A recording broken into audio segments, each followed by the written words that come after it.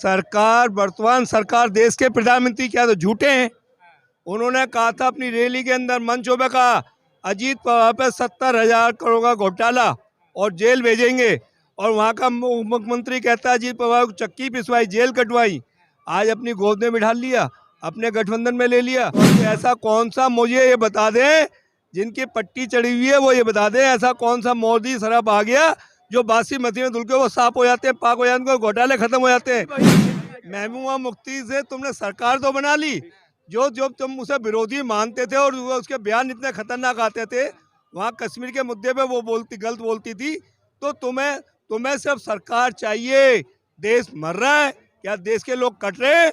तुम सिर्फ मिलके सरकार चाहते हो, सरकार हमारी बनी रहे, हमारा बहुमत बना रहे। सत्ता का ही पूजा है क्या? और सरकार चाहती है सरकार बनी रहे, देश की जनता तो बेकार नहीं है। ईयर मैंडेट पहली बार 288 और तीसरी बार 303 हुआ है, तो ये देश की जनता ने दी है। क्योंकि विपक्ष को डर है, अगर 24 में वापस मोदी जी की गवर्नमेंट आ गई तो ईडी और सीबीआई का शिकंजा जो है वो और गले की फांस फंसेगा। और मोदी जी सार्वजनिक मंच से बयान भी देते हैं कि ईडी और सीबीआई अपनी खुली कार्रवाई करे, जो उन्होंने कार्रवाई करनी है करें, हमारी सरकार का पूरा सपोर्ट है। कानून के खिलाफ है। सुप्रीम कोर्ट ने कहा अगर ईडी इतनी ईमानदार होती सरकार तो कोर्ट को बोलिए, कह रहे कोर्ट बोला नहीं आज तक। कोर्ट ने इस ईडी के कमिश्नर के ऊपर बहुत बड़ा ललकारा सरकार को कि यही कमिश्नर बार बार क्यों है। ये कोर्ट का नोटिस था। 2024 लोकसभा चुनाव में एक बार फिर से आप सभी के जनता लाइव सर्वे में स्वागत है। 24 चुनाव में जिस तरीके से जुबानी जंग तेज हो चुकी है, नरेंद्र मोदी, राहुल गांधी, दो दल दो धड़े, लेकिन जुबानी जंग है जो मध्य प्रदेश में देखने को मिल रहा है, छत्तीसगढ़ में देखने को मिल रहा है। लेकिन सबसे बड़ी बात, कांग्रेस ने बड़ा प्रदर्शन किया ईडी और सीबीआई को लेकर के। जिस तरीके से नरेंद्र सिंह तोमर, कृषि मंत्री के बेटे का आरोप है, हजारों करोड़ रुपए का कांग्रेस पार्टी आरोप लगा रही है कि उनके दरवाजे तक ईडी और सीबीआई कब पहुंचेगी, बड़ा सवाल है 24 चुनाव से पहले। ईडी सीबीआई को लेकर के जिस तरीके से लगातार हमलावर है कांग्रेस, प्रदर्शन के दिल्ली में दफ्तर का घेराव किया, क्या लगता है कि जांच होगा? देखिए, मैं एक बात पूछता हूँ गृह मंत्री और देश के प्रधानमंत्री से।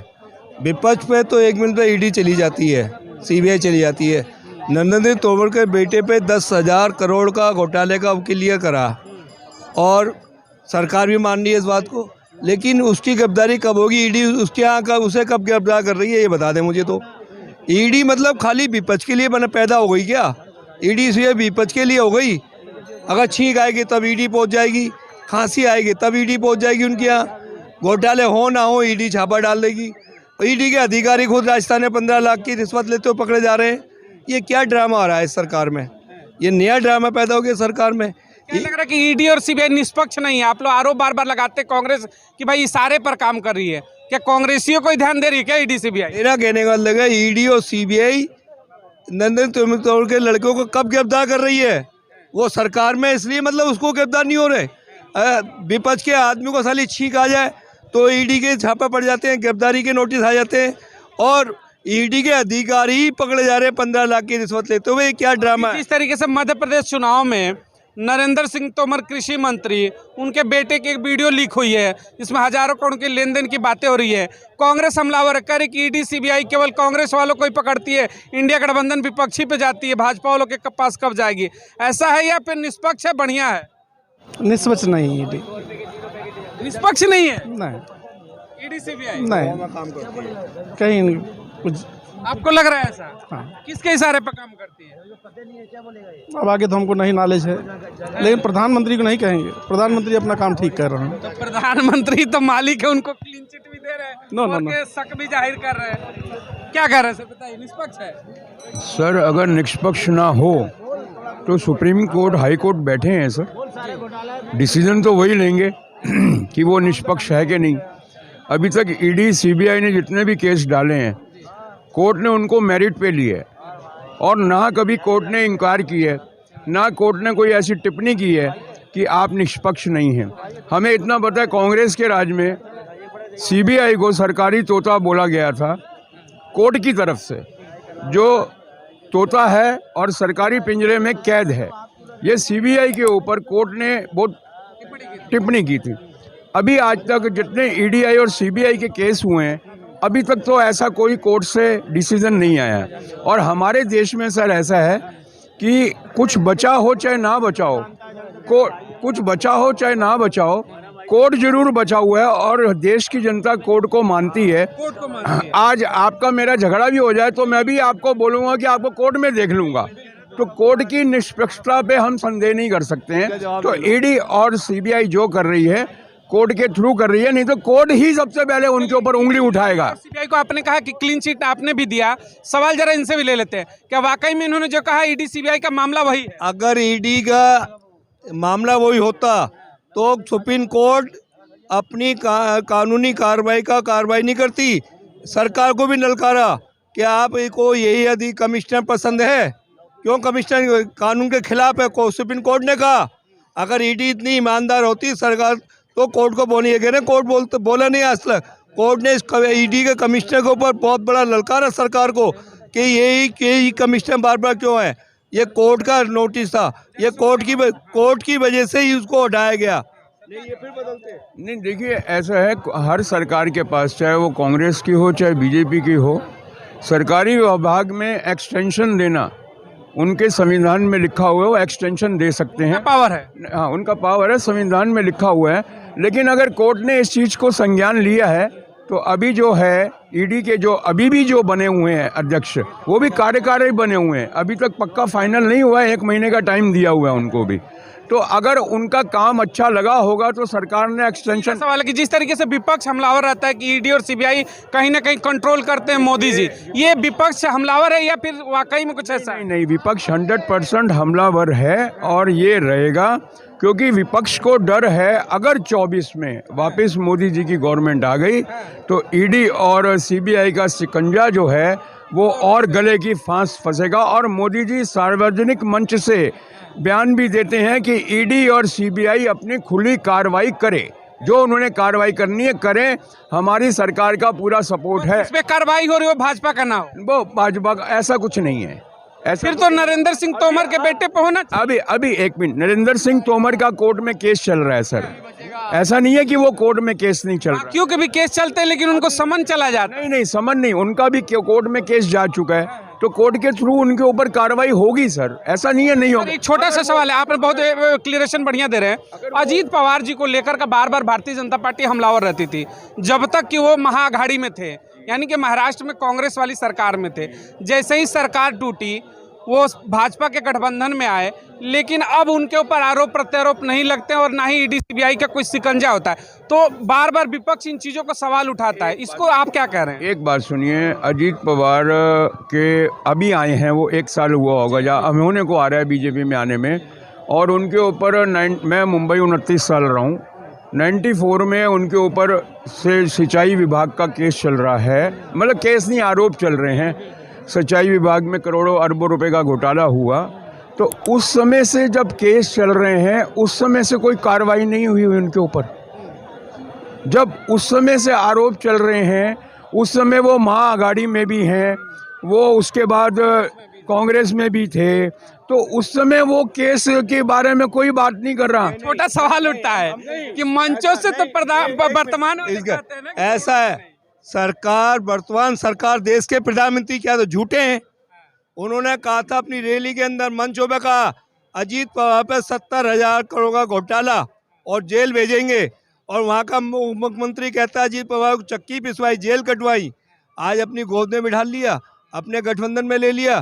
तो आज ऐसा कौन सा, मुझे ये बता दें, जिनकी पट्टी चढ़ी हुई है वो ये बता दें, ऐसा कौन सा मोदी शराब आ गया जो बासमती में धुल के वो साफ हो जाते हैं, पाक हो जाते हैं, घोटाले खत्म हो जाते हैं। मैं कह रहा हूँ सिर्फ ऐसा मेरे को ये बता दें कि शिवसेना बाल ठाकरे, जिनकी पहचान ही कांग्रेस विरोधी थी, उनका पुत्र सत्ता के लिए अपनी नैतिकता त्याग देगा और कांग्रेस के साथ गठबंधन कर लेगा। ये तो महाराष्ट्र की राजनीति में सोचा भी नहीं जा सकता था।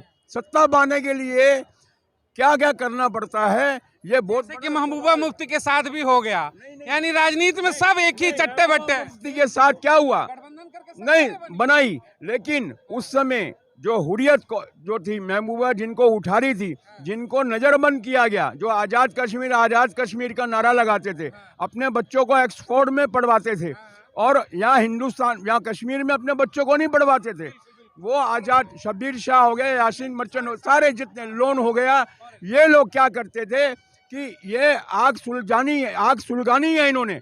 तो मोदी जी ने यही कहा कि हमें नहीं चाहिए महबूबा मुफ्ती, जो कहती थी 370 हटा, 35 हटा तो खून की नदियां बह जाएंगी। कौन सी भाई कश्मीर में खून की नदियां, कौन सी भाई? महबूबा मुफ्ती से तुमने सरकार तो बना ली, जो तुम उसे विरोधी मानते थे और उसके बयान इतने खतरनाक आते थे, वहाँ कश्मीर के मुद्दे पे वो गलत बोलती थी। तो तुम्हें सिर्फ सरकार चाहिए। देश मर रहा है, क्या देश के लोग कट रहे हैं? तुम सिर्फ मिलके सरकार चाहते हो, सरकार हमारी बनी रहे, हमारा बहुमत बना रहे। सत्ता का ही पूजा है क्या? और सरकार चाहती है सरकार बनी रहे, देश की जनता तो बेकार नहीं है। सरकार बनेगी देश की जनता से।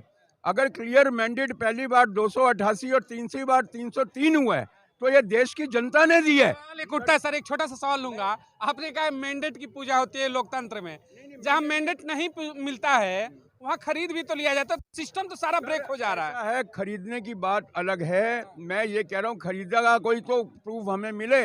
अगर ज्योतिरादित्य सिंधिया कैसे भी तोड़ ले, तोड़ने की वापसी लेता हूँ शब्दों को खरीदने का, तोड़ ले। हाँ, अगर ज्योतिरादित्य सिंधिया नहीं चाहते हैं कमलनाथ के साथ अपने आप को जोड़ना, नहीं चाहते हैं तो वो अलग होगा मामला सर, वो उसको कोई नहीं रोक सकता। अभी विपक्ष की इतनी खींचतान, अभी तो एमपी के इलेक्शन के अंदर अखिलेश को बोल दिया कमलनाथ ने, कौन अखिलेश, मतलब ये इंडिया गठबंधन है। अभी तो सर अभी ट्रेलर है, पिक्चर बाकी है, आप देखिए, लोकसभा के इलेक्शन होने दीजिए। पिक्चर में कुछ और बचा है क्या? ट्रेलर करे इतना है, इन लोगों को गलतफहमी है। ये गठबंधन, इंडिया गठबंधन लोकसभा के लिए बना था। अरे तुम तो देखो, तुम्हें तो इतना मजबूर होना पड़ गया कि मध्य प्रदेश में केंद्र मंत्रियों को चुनाव लड़ा रहे हो विधानसभा का। 5 साल के जनता ने वोट दिया था उसे एमपी बनाने के लिए। 5 साल के लिए मैं अपना एमपी चुना था अपनी लोकसभा का। इनकी मजबूरी ये हो गई, इनके वहाँ उम्मीदवार विधायक नहीं रहे, केंद्र के मंत्रियों को वहाँ विधायक सभा लड़ाई जा रही है। इतना डर, इतना खौफ इनको हो गया कि फिर जनता को डर है क्या कि केंद्रीय मंत्री, जनता को कितना बर्बाद किया जाएगा। फिर 6 महीने बाद वो विधायक जीत गए तो 6 महीने बाद एमपी का चुनाव कराओगे। तुम कहते एक चुनाव एक बार, तुम तो बार चुनाव तुम। Bharatiya Janata party 1 nation 1 election की बात करती है, दूसरी तरफ सांसदों को क्यों लड़ा रही है? पहले इनका जवाब दे दूं कि ये बोल रहे हैं एमपी में, लेकिन शायद इन्हें अज्ञान है या पता नहीं है, ये स्ट्रेटेजी गुजरात से बीजेपी ने चालू की थी। बंगाल में भी लड़ाया था, बंगाल में भी केंद्रीय मंत्री, उत्तर प्रदेश में राज्यपाल तक चुनाव लड़ चुके हैं। नहीं, गुजरात में एमपीओ को पहले करवा के फिर उनसे भी उनको विधायक बनवा के उनको जितवाया गया। बीजेपी का जो पोलिंग बूथ स्ट्रक्चर जिसको बोलते हैं, बूथ मैनेजमेंट जो है उसकी, वो विपक्ष के पास है ही नहीं। वो पहले 6 महीने अपने इंटरनल सर्वे करवाती है बीजेपी कि इस स्टेट के अंदर जो एमएलए है उसने काम कर रहा है कि नहीं, जनता खुश है कि नहीं। ये इंटरनल सर्वे बीजेपी का अपना एक विजिलेंस डिपार्टमेंट भी है सर। हर चीज़ पे नज़र रखने के लिए उन्होंने एक डिपार्टमेंट बनाया हुआ है। मैं बात ख़त्म कर रहा हूँ। वो उन्होंने जो डिपार्टमेंट बनाया हुआ है उसके हिसाब से 3 सांसद जिनको यहाँ से दिल्ली से हटा के उनको एमएलए के लिए चुनाव में लड़ाया गया है, वो 3 सांसदों ने विरोध नहीं किया। उनके जो समर्थक थे उन्होंने विरोध नहीं किया। इससे बड़ा अनुशासन किसी पार्टी में नहीं है। अगर आप कहिए विरोध किसी सांसद की तरफ से हुआ हो या उनके समर्थकों की वजह से हुआ, वो चाहते हैं हमारे देश में सरकार बीजेपी की बने, जो है सत्ता में है वो चाहते हैं कि सरकार बीजेपी की बने, खुलेआम चाहते हैं। उसके लिए वो अपने आप को डिमोशन में लाना चाहें तो डिमोशन में भी लेके आए।